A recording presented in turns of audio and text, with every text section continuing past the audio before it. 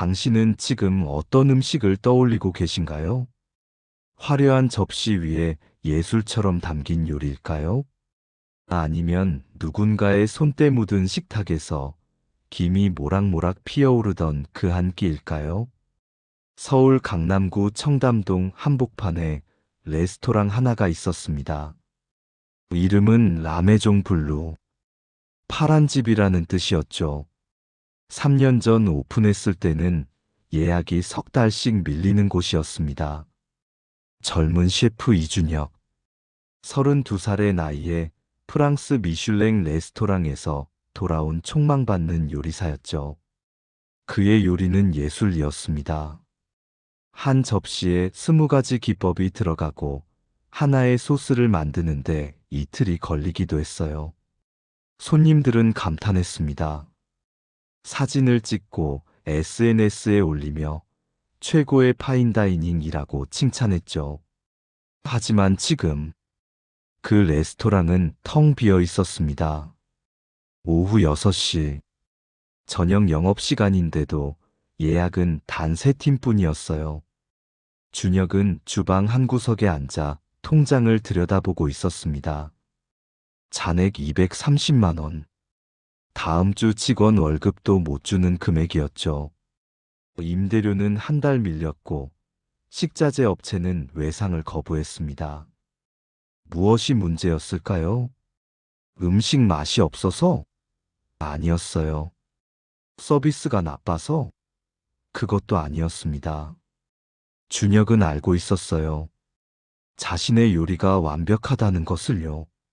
하지만 사람들은 더 이상 그의 레스토랑을 찾지 않았습니다. 왜일까요? 준혁의 요리는 너무 완벽했어요. 너무 예술적이었고 너무 고급스러웠죠. 하지만 그 안에는 무언가 빠져 있었습니다.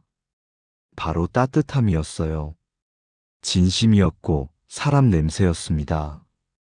그날 밤 마지막 손님이 나간 후 준혁은 혼자 남아 자신이 만든 요리를 먹어봤어요. 완벽한 플레이팅, 정확한 간, 예술 같은 비주얼. 하지만 왠지 모르게 허전했습니다. 이게 정말 내가 만들고 싶었던 음식이었나? 준혁은 문득 어린 시절을 떠올렸어요. 경상도 작은 시골 마을. 할머니가 키워주셨죠. 부모님은 일찍 돌아가셨고 할머니가 준혁을 혼자 키웠습니다. 할머니는 요리를 잘하는 분이 아니었어요. 화려한 음식을 만들 줄도 몰랐죠. 하지만 할머니가 해주시던 된장찌개 한 그릇, 김치찌개 한 냄비, 간장에 비벼주시던 계란밥, 그게 준혁에게는 세상에서 가장 맛있는 음식이었습니다. 왜였을까요? 할머니의 음식에는 사랑이 담겨 있었으니까요. 우리 준혁이 많이 먹어야 한다. 추운 날씨에 몸 따뜻하게 해야 한다. 오늘 힘들었을 텐데 기운 내라. 그런 마음들이 음식 한 숟가락 한 숟가락에 스며들어 있었던 거예요. 준혁은 프랑스로 유학을 떠났습니다. 세계 최고의 셰프가 되고 싶었죠. 미슐랭 레스토랑에서 일하며 온갖 기술을 배웠어요. 수비드 기법, 에스푸마 기법, 분자 요리, 플레이팅 예술, 모든 게 새롭고 멋있었습니다. 그리고 한국에 돌아와 라메종 블루를 열었죠. 처음에는 성공적이었어요. 화려한 음식, 고급스러운 분위기, 완벽한 서비스, 사람들이 몰려들었습니다. 하지만 시간이 지나며 손님들은 하나둘 떠나갔어요. 왜였을까요? 음식이 맛있기는 한데 왠지 다시 오고 싶지 않았던 거예요. 배는 부르지만 마음은 허전했습니다. 예쁘기는 한데 정이 가지 않았어요. 완벽하기는 한데 따뜻하지 않았죠. 준혁은 그걸 몰랐습니다. 아니, 인정하고 싶지 않았어요. 자신의 기술이 완벽한데 왜 사람들이 안 오는지 이해할 수 없었죠. 그러던 어느 날이었습니다. 문득 할머니가 보고 싶어졌어요. 10년 만에 찾아뵙는 거였죠. 시골 마을은 그대로였습니다.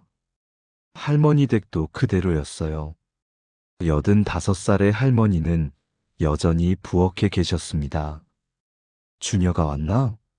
할머니 저예요. 밥 먹었나? 할머니의 첫마디는 늘 그랬어요. 밥 먹었냐는 안 보였죠. 아직이요, 할머니. 그럼 할매가 해줄게 기다려라. 할머니는 부엌으로 가셨어요. 준혁은 할머니의 부엌을 둘러봤습니다. 낡은 가스레인지, 오래된 뚝배기들, 손때 묻은 도마, 녹슨 칼 한 자루. 프랑스 레스토랑의 최첨단 주방과는 너무나 달랐죠. 하지만 할머니는 익숙한 손놀림으로 뚝딱뚝딱 요리를 만들고 계셨어요. 된장찌개를 끓이고 김치를 썰고 계란말이를 부치고 밥을 퍼오셨습니다. 30분도 안 걸렸어요. 자 먹어라. 준혁 앞에 놓인 밥상. 화려하지 않았습니다. 예쁘지도 않았어요. 플레이팅이랄 것도 없었죠. 그냥 평범한 한식 밥상이었습니다. 하지만 준혁은 첫 숟가락을 뜨는 순간 눈물이 났어요. 된장찌개 한 숟가락. 구수하고 깊은 맛이었습니다. 어릴 적 먹던 그 맛. 10년이 지났지만 한치의 변화도 없는 그 맛. 김치 한 젓가락. 적당히 익어서 신맛과 감칠맛이 조화를 이루고 있었어요. 계란말이 한 점. 부드럽고 고소했습니다. 가장 놀라운 건 밥이었어요. 갓 지은 따끈한 밥. 윤기가 흐르고 한 알 한 알이 살아있었죠. 준혁은 그제야 깨달았습니다. 이게 진짜 음식이구나. 이게 진짜 요리구나.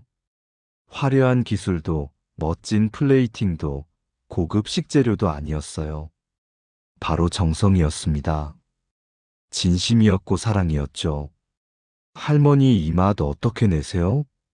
준혁이 물었어요. 뭐가 어떻게냐? 된장찌개요. 어떻게 이렇게 맛있어요? 할머니는 빙긋 웃으셨습니다.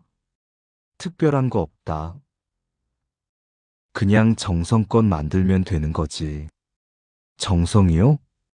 그래, 정성. 네가 맛있게 먹는 모습 생각하면서 만들면 음식이 알아서 맛있어지는 거야. 준혁은 그 말에 충격을 받았어요. 자신은 지금까지 무엇을 위해 요리했을까? 손님을 위해서? 아니었어요. 자신의 기술을 보여주기 위해, 자신의 실력을 증명하기 위해 요리했던 거예요. 정작 음식을 먹을 사람의 마음은 생각하지 않았던 겁니다. 할머니, 저 부탁이 있어요. 뭔데? 할머니, 요리 좀 가르쳐 주세요. 할머니는 의아해 하셨어요. 네가 프랑스까지 가서 배웠는데 할매한테 뭘 더 배우겠나? 할머니, 저 잘못 배운 것 같아요. 요리의 진짜 의미를요. 준혁은 진심이었습니다. 그날부터 준혁은 할머니 곁에서 일주일을 보냈어요.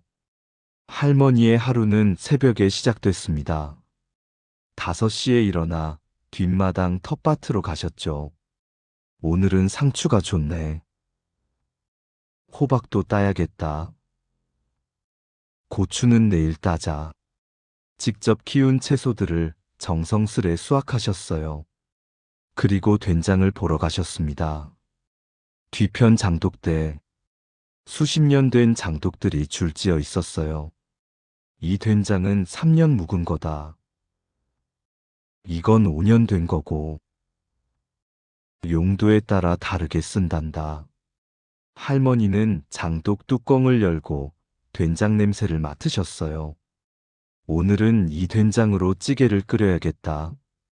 왜 그 된장이냐고 물었더니 할머니는 이렇게 답하셨어요. 오늘 날씨가 좀 쌀쌀하지?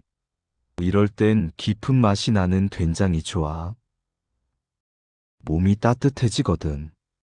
준혁은 깨달았습니다. 할머니는 날씨를 보고 계절을 느끼고 먹는 사람의 몸 상태까지 생각하며 요리를 하신다는 걸요. 이건 단순한 요리가 아니었어요. 밥을 먹이는 게 아니라 사람을 돌보는 거였습니다. 된장찌개를 끓이는 과정도 놀라웠어요. 할머니는 레시피가 없었습니다. 계량도 하지 않으셨어요. 된장은 이 정도, 물은 이만큼, 채소는 오늘 딴 걸로, 전부 감으로 하시는 것 같았지만 그게 아니었어요. 70년 넘게 매일 끓인 찌개, 수만 번 반복한 손놀림, 몸에 완전히 배어버린 감각. 그게 바로 진짜 실력이었습니다. 준혁아, 여기 와서 맛 좀 봐라. 할머니가 국물을 떠서 주셨어요. 어때? 좋은데요. 뭔가 부족하지? 글쎄요. 할머니는 고개를 가로저으셨어요. 오늘 아침 네가 많이 피곤해 보였다. 그래서 다시마를 더 넣었어. 감칠맛이 더 나서 원기가 회복될 거야. 준혁은 소름이 돋았습니다. 할머니는 그를 본 지 겨우 2시간밖에 안 됐는데 그의 컨디션까지 파악하고 그에 맞춰 요리를 조절하신 거예요. 이게 바로 진짜 요리구나. 먹는 사람을 생각하는 음식이구나. 김치를 만드는 과정은 더 대단했어요. 할머니는 배추를 하나하나 살피셨습니다. 이건 겉절이로 하고, 이건 묵은지로 만들어야지. 이건 배추가 너무 크니까 포기김치로 담그자. 똑같은 배추인 것 같은데 할머니 눈에는 다 달랐어요. 준혁아, 배추도 사람이랑 같다. 제각각 성격이 다 다르거든. 그걸 봐주고 맞춰줘야 맛있는 김치가 되는 거야. 양념을 만들 때도 정확한 계량 같은 건 없었어요. 고춧가루는 이만큼, 젓갈은 요만큼, 마늘은 이 정도. 하지만 할머니 손에서 만들어진 양념은 완벽한 균형을 이루고 있었습니다. 할머니 어떻게 재지도 않고 딱 맞춰요? 그거야 매일 하다 보면 알게 되는 거지. 손이 기억하는 거야. 손이 기억한다. 준혁은 그 말을 곱씹었어요. 자신은 항상 정확하게 재고, 그램 단위로 맞추고, 타이머로 시간을 재며 요리했는데, 할머니는 모든 게 감각이었습니다. 하지만 그 감각이 수십 년의 경험에서 나온 거였죠. 김치를 버무리는 모습도 아름다웠어요. 할머니의 손은 주름져 있었지만 움직임은 우아했습니다. 배추 한 입 한 입에 정성스레 양념을 발라주시고 겉절이는 살살 묵은지는 꾹꾹 눌러주셨어요. 김치도 정성이야. 정성 안 들이면 맛이 안 나. 그날 저녁 할머니가 차린 밥상은 소박했어요. 갓 담근 배추김치, 묵은지로 끓인 김치찌개, 텃밭에서 딴 상추쌈, 고등어 한 마리, 된장찌개. 화려하지 않았습니다. 하지만 그 어떤 파인다이닝보다 풍성하고 따뜻했어요. 준혁은 한 입 한 입 천천히 먹었습니다. 김치 한 점에도 할머니의 정성이 느껴졌고, 된장찌개 한 숟가락에도 70년의 내공이 담겨 있었어요. 상추쌈 하나에도 새벽에 정성껏 따온 마음이 있었고, 고등어 한 점에도 적당한 간과 굽기가 완벽했습니다. 할머니, 왜? 저 레스토랑 망했어요. 준혁은 처음으로 고백했어요. 알고 있다. 네. 네가 힘들어하는 거 할매가 모르겠나? 할머니는 진작 알고 계셨던 거예요. 할머니, 제가 뭘 잘못한 걸까요? 할머니는 한참을 생각하시더니 이렇게 말씀하셨습니다.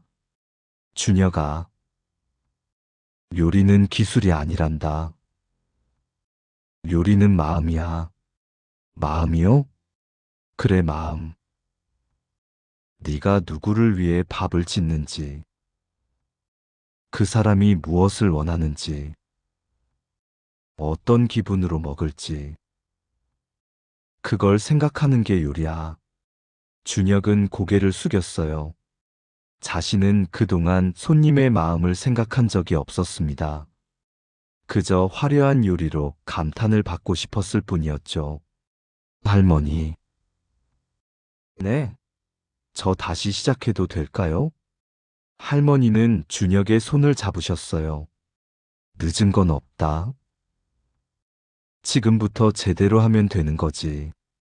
그날 밤 준혁은 결심했습니다. 레스토랑을 완전히 바꾸기로요. 화려한 프랑스 요리는 그만두고 진짜 사람의 마음을 담은 음식을 만들기로 했죠. 할머니, 저랑 서울 가시죠. 서울? 네, 저 도와주세요. 할머니는 고개를 저으셨어요. 할매는 여기가 좋다.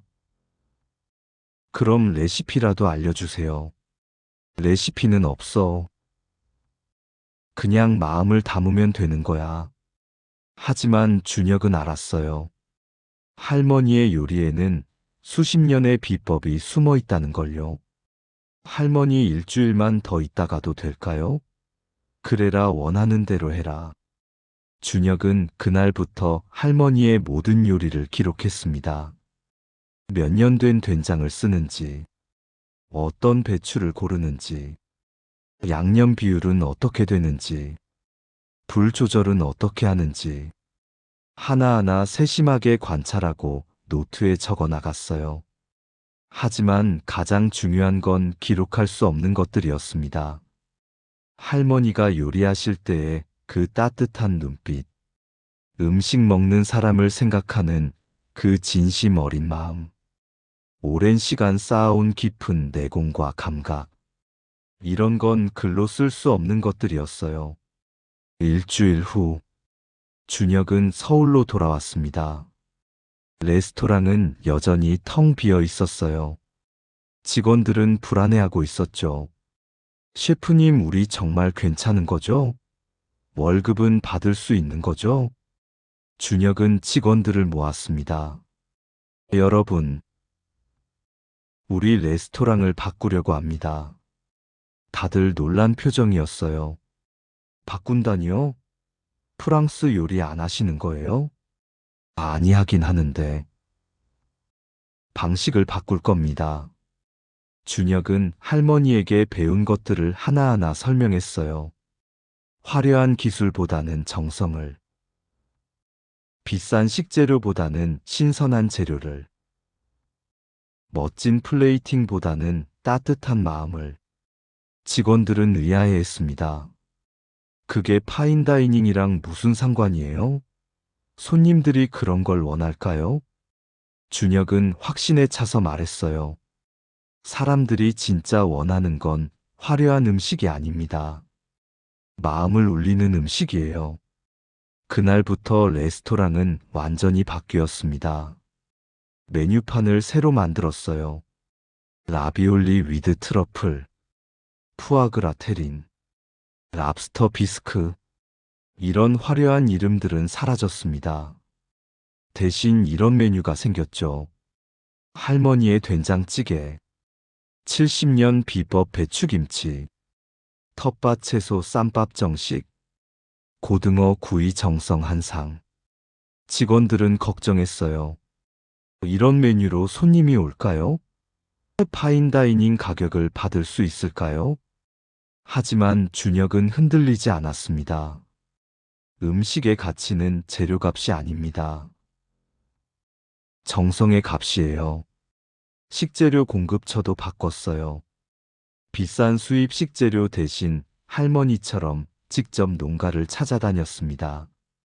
경기도 한 농가에서는 유기농 배추를 받았고, 강원도 산골 마을에서는 직접 담근 된장을 사왔어요. 남해에서는 아침에 잡은 고등어를 공수했죠.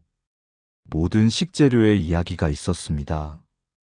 누가 키웠는지, 어떤 마음으로 만들었는지, 얼마나 정성을 들였는지, 그 이야기들을 손님들에게 전하고 싶었어요. 주방도 바뀌었습니다. 첨단 장비들은 치우고 할머니 집에 있던 것 같은 뚝배기와 돌솥을 들여놓았어요. 셰프님, 이게 맞나요? 맞습니다. 준혁은 직원들에게 새로운 방식을 가르치기 시작했어요. 된장찌개를 끓일 때는 먹는 사람을 생각하세요. 오늘 손님이 어떤 기분일지, 무엇이 필요할지, 김치를 담글 때는 배추 하나하나에 정성을 다하세요. 그 정성이 맛으로 나타납니다. 밥을 지을 때는 쌀알 하나하나를 소중히 여기세요. 밥이 음식의 중심입니다. 처음에는 직원들도 어색해했어요. 프랑스 요리를 배운 사람들이 갑자기 된장찌개를 끓이려니 어색할 수밖에 없었죠. 하지만 준혁은 끈기 있게 가르쳤습니다. 여러분, 요리의 기본은 같습니다. 재료를 존중하고 정성을 다하고 먹는 사람을 생각하는 것. 프랑스 요리든 한식이든 이 원칙은 변하지 않아요. 한 달이 지났습니다. 새 메뉴로 리뉴얼 오픈하는 날. 준혁은 떨렸어요. 과연 손님들이 올까? 이런 메뉴를 받아들일까? 첫날 예약은 5팀이었습니다. 많지는 않았지만 준혁은 정성을 다했어요. 첫 번째 손님, 40대 부부였습니다. 어서 오세요. 준혁이 직접 안내했어요. 메뉴판을 보던 부인이 물었습니다. 된장찌개요? 파인다이닝에서 된장찌개를 파나요? 네, 저희 레스토랑의 시그니처 메뉴입니다. 가격이 3만 원이네요. 된장찌개가 3만 원이요? 준혁은 당황하지 않고 설명했어요. 이 된장은 강원도 산골 마을에서 30년 경력의 할머니가 5년간 숙성시킨 것입니다. 배추는 경기도 유기농 농가에서 농약 없이 키운 것이고요. 두부는 아침에 직접 만든 콩 100% 순두부입니다.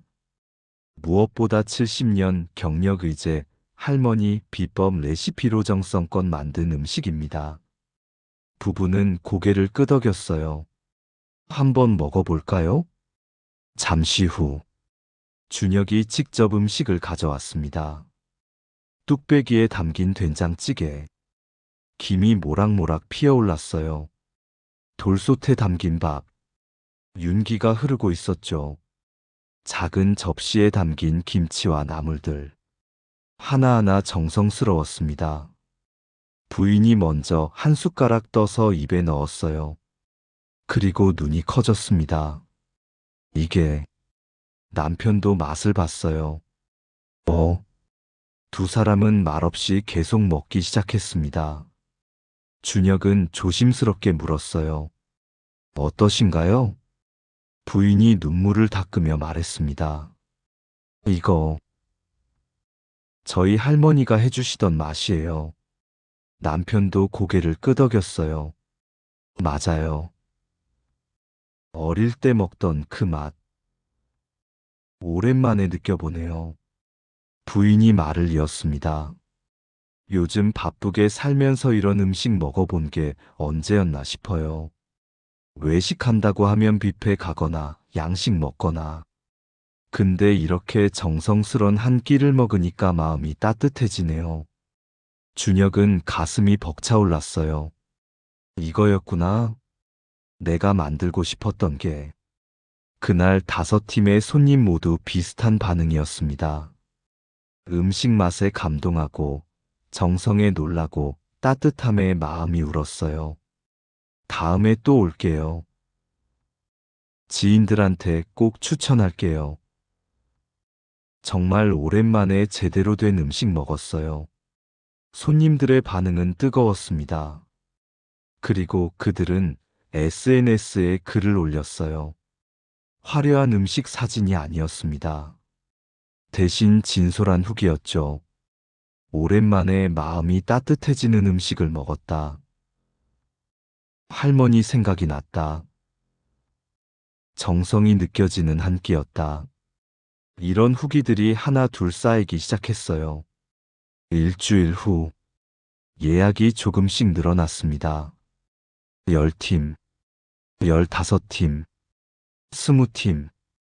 한 달 후에는 예약이 꽉 찰 정도로 인기를 끌었어요. 언론에서도 주목하기 시작했습니다. 파인다이닝에서 할머니 손맛을 구현하다. 프랑스 유학파 셰프의 파격 변신. 화려함 대신 정성을 선택한 레스토랑. 기사가 나가자 더 많은 사람들이 찾아왔어요. 하지만 준혁은 변하지 않았습니다. 손님이 많아져도 정성은 똑같이 드렸어요. 하루에 받을 수 있는 손님 수를 20팀으로 제한했습니다. 더 받으면 안 되나요? 수익을 더 낼 수 있잖아요. 직원이 물었지만 준혁은 고개를 저었어요. 손님을 많이 받으면 정성이 줄어듭니다. 우리가 파는 건 음식이 아니라 마음이에요. 매일 아침, 준혁은 장을 보러 나갔습니다. 할머니처럼 직접 재료를 고르고 농가 사람들과 이야기를 나눴어요. 오늘 배추 상태 어때요? 아주 좋습니다. 그럼 20포기 주세요. 고등어는 언제 잡으셨어요? 오늘 새벽에 잡았어요. 신선하네요. 10마리 주세요. 재료 하나하나에 정성을 쏟았습니다. 주방에서도 변화가 있었어요. 직원들이 달라졌습니다. 처음에는 어색해하고 불평하던 직원들이 이제는 즐겁게 일했어요. 셰프님, 오늘 김치 정말 잘 익었어요. 그래요? 다행이네요. 된장찌개 간이 딱 맞는 것 같아요. 손님들이 좋아하시겠어요. 직원들도 깨달았던 겁니다.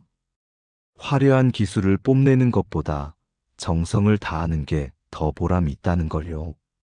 어느 날, 특별한 손님이 찾아왔습니다. 미슐랭 가이드 심사위원이었어요. 준혁은 몰랐지만 직원 한 명이 알아봤죠. 셰프님, 저 사람. 괜찮아요. 평소대로 하면 돼요. 준혁은 동요하지 않았습니다. 심사위원이든 아니든 모든 손님에게 똑같이 정성을 다했으니까요. 그날 심사위원은 할머니의 된장찌개 정식을 주문했어요. 준혁은 평소처럼 정성을 다했습니다. 된장은 5년 묵은 것으로, 배추는 오늘 아침 온 것으로, 두부는 직접 만든 것으로, 하나하나 마음을 담아 만들었어요. 심사위원은 조용히 음식을 먹었습니다. 표정 변화가 거의 없었어요. 직원들은 긴장했지만 준혁은 차분했습니다. 음식을 다 먹은 심사위원이 준혁을 불렀어요. 셰프님. 네. 프랑스에서 공부하셨죠? 네, 맞습니다. 왜 이런 음식을 만드시나요? 파인다이닝인데 한식이라니. 준혁은 잠시 생각하다가 진심을 말했습니다. 저는 깨달았습니다. 요리의 본질은 기술이 아니라는 걸요. 음식은 사람을 위한 겁니다. 화려함이 아니라 따뜻함이 필요한 거죠. 제 할머니가 가르쳐 주셨습니다. 진짜 요리는 마음을 담는 거라고요. 심사위원은 고개를 끄덕였어요. 오늘 음식 정말 인상 깊었습니다. 오랜만에 마음이 울리는 음식을 먹었어요. 그리고 조용히 나갔습니다. 한 달 후, 미슐랭 가이드가 발표됐어요. 라메종 블루, 별 하나를 받았습니다. 하지만 더 놀라운 건 심사평이었어요. 기술이 아닌 마음으로 만드는 음식. 화려함 대신 정성을 선택한 용기. 파인다이닝의 새로운 가능성을 보여준 곳. 준혁은 믿을 수 없었어요. 프랑스 요리로 별을 받으려고 그렇게 애썼는데 한식으로 별을 받다니. 하지만 이게 맞는 거였습니다. 진심을 담은 음식, 정성을 다한 요리, 사람을 생각하는 마음. 이게 바로 미슐랭이 추구하는 가치였던 거예요. 그날 저녁, 준혁은 할머니께 전화를 걸었습니다. 할머니, 왜 준혁아? 미슐랭 별 받았어요. 뭐, 할머니 덕분이에요. 할머니가 가르쳐 주신 덕분에. 전화기 너머로 할머니의 웃음소리가 들렸어요. 잘했구나. 이제야 진짜 요리를 하는구나. 할머니 정말 감사해요. 제가 뭘 해야 할지 알려주셔서. 준혁아, 요리는 기술이 아니라 마음이다. 그걸 잊지 마라. 네 할머니. 평생 잊지 않을게요. 레스토랑은 날로 번창했습니다. 하지만 준혁은 초심을 잃지 않았어요. 아무리 바빠도 매일 아침장을 보러 나갔고, 아무리 손님이 많아도 스물팀으로 제안했고, 아무리 유명해져도 정성은 변하지 않았습니다. 직원들에게도 늘 말했어요. 우리가 만드는 건 음식이 아니라 마음입니다. 손님들이 우리 음식을 먹고 따뜻함을 느끼고 행복해지는 게 목표예요. 어느 날, 한 손님이 편지를 남기고 갔어요. 준혁은 조용히 읽었습니다. 저는 오늘 아버지와 함께 왔습니다. 아버지는 말기 암 환자세요. 몇 달 남지 않으셨다고 해요. 마지막으로 맛있는 걸 드시게 하고 싶어서 여러 곳을 다녔지만 입맛이 없으셔서 잘 못 드셨어요. 그런데 오늘 이곳 된장찌개를 드시고 아버지가 우셨습니다. 돌아가신 어머니가 해주시던 맛이래요. 마지막으로 그 맛을 느낄 수 있어서 너무 행복하다고 하셨어요. 감사합니다. 아버지께 소중한 추억을 선물해 주셔서. 준혁은 편지를 읽으며 울었습니다. 이거였구나. 내가 찾던 게. 음식은 단순히 배를 채우는 게 아니었어요. 음식은 추억이었고, 사랑이었고, 위로였고, 행복이었습니다. 그날 밤, 준혁은 주방에 혼자 남아 된장찌개를 끓였어요. 할머니가 가르쳐 주신 대로 5년 묵은 된장, 오늘 아침에 온 배추, 정성껏 만든 두부, 하나하나 마음을 담아 만들었습니다. 완성된 찌개를 보며 준혁은 생각했어요. 프랑스에서 배운 화려한 기술도 좋았어요. 미슐랭 레스토랑의 경험도 소중했죠. 하지만 진짜 요리는 할머니가 가르쳐 주셨습니다. 정성, 진심, 사랑. 이게 바로 요리의 본질이었어요. 세상에는 수많은 레스토랑이 있습니다. 화려한 곳도 많고 비싼 곳도 많고 유명한 곳도 많아요. 하지만 진짜로 사람의 마음을 울리는 곳은 많지 않습니다. 왜일까요? 기술은 있지만 마음이 없어서, 재료는 좋지만 정성이 없어서, 가격은 비싸지만 진심이 없어서. 준혁은 이제 알았어요. 음식의 가치는 가격으로 매길 수 없다는 걸. 진짜 가치 있는 음식은 누군가를 생각하는 마음에서 나온다는 걸요. 몇 년이 흘렀습니다. 라메종 블루는 서울에서 가장 예약하기 힘든 레스토랑이 되었어요. 미슐랭 별도와 나에서 둘로 늘었습니다. 하지만 준혁은 변하지 않았어요. 여전히 매일 아침장을 보러 나가고, 여전히 스물팀만 받고, 여전히 정성을 다해 음식을 만들었습니다. 그리고 매달 한 번씩 할머니를 찾아뵀어요. 할머니 잘 지내셨어요? 그래, 너는? 잘 지내요. 할머니 덕분에. 오늘은 뭘 해줄까? 할머니 된장찌개요. 또 그거냐? 내 제일 좋아하는 거잖아요. 할머니는 빙긋 웃으시며 부엌으로 가셨어요. 준혁은 할머니의 뒷모습을 보며 생각했습니다. 언제까지 이 모습을 볼 수 있을까? 할머니의 요리를 먹을 수 있을까?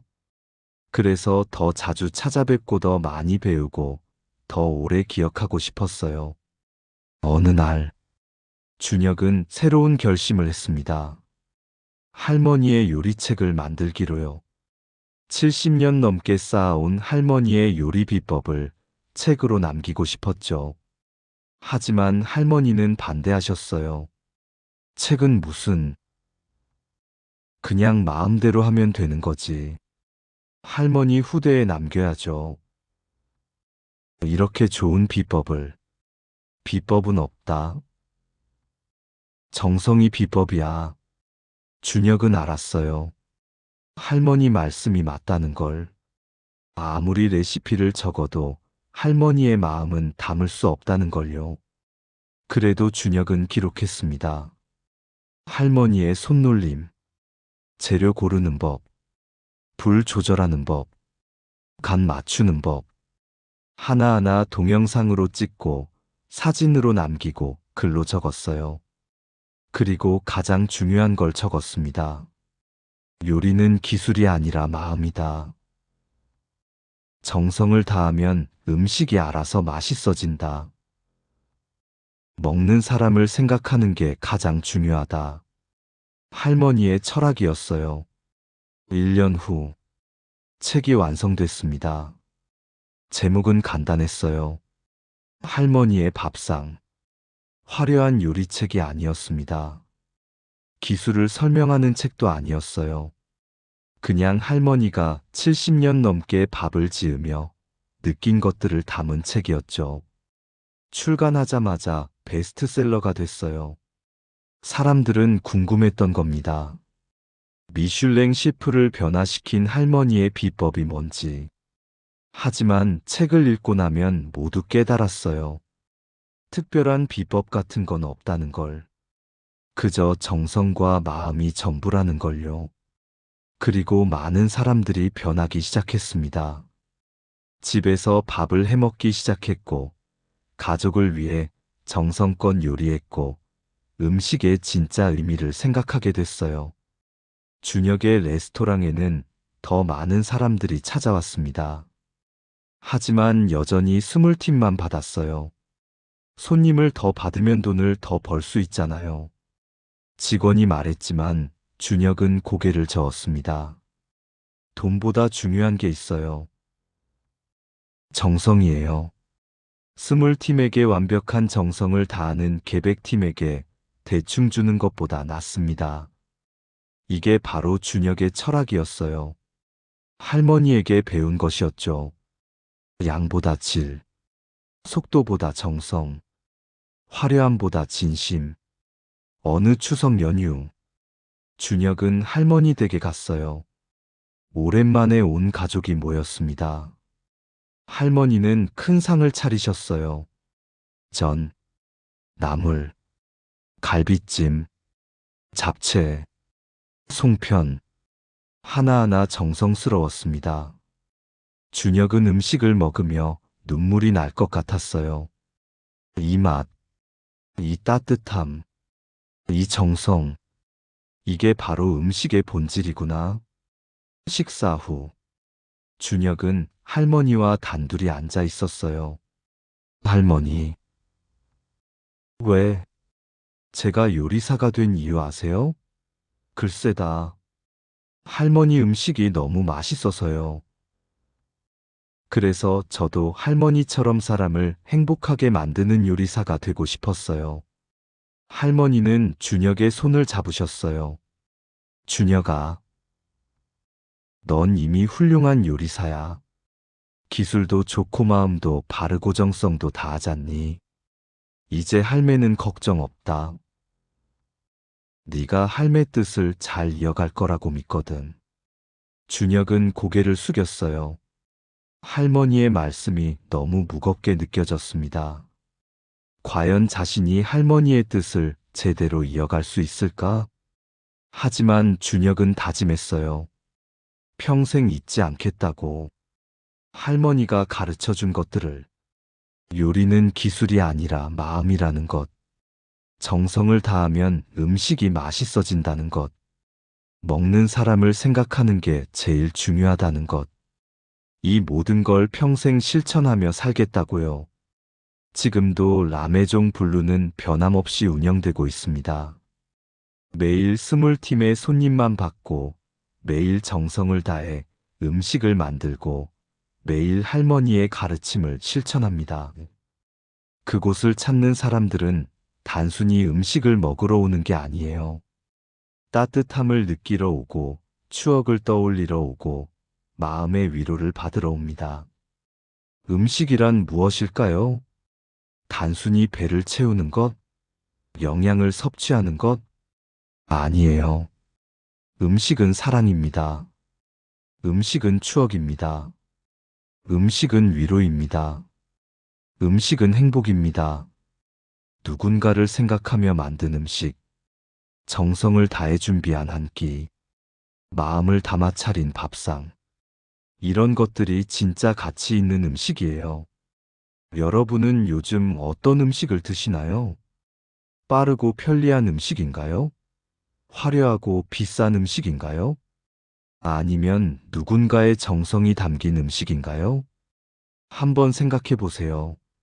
마지막으로 따뜻한 밥 한 끼를 제대로 먹은 게 언제였는지, 누군가 나를 생각하며 만든 음식을 먹은 게 언제였는지, 그리고 생각해 보세요. 내가 누군가를 위해 정성껏 음식을 만든 게 언제였는지를요. 음식은 사랑의 표현입니다. 가족을 위해 차린 밥상, 친구를 위해 준비한 한 끼, 연인을 위해 만든 요리, 모두 사랑의 다른 이름이에요. 오늘 집에 돌아가시면 소중한 사람을 위해 음식을 만들어 보세요. 화려하지 않아도 됩니다. 비싸지 않아도 돼요. 기술이 없어도 괜찮습니다. 그저 마음을 담으면 됩니다. 당신이 건강했으면 좋겠어. 오늘 하루 고생했어. 맛있게 먹었으면 좋겠어. 이런 마음들을 음식에 담아보세요. 그 음식이 가장 맛있는 음식이 될 겁니다. 준혁이 할머니에게 배운 것처럼 우리도 배워야 합니다. 음식의 진짜 의미를, 요리의 본질을, 밥상의 가치를요. 화려한 레스토랑도 좋고 비싼 음식도 좋습니다. 하지만 가장 소중한 건 마음을 담은 한 끼예요. 여러분의 식탁에 오늘도 따뜻한 밥 한 그릇이 놓이길 진심으로 바랍니다. 그리고 그 밥을 먹으며 함께하는 사람에게 감사한 마음을 전하시길 바라요. 음식은 단순한 끼니가 아닙니다. 음식은 사랑이고 삶이며 우리를 연결하는 끈입니다. 오늘 하루도 맛있는 한 끼와 함께 행복하시길 바랍니다.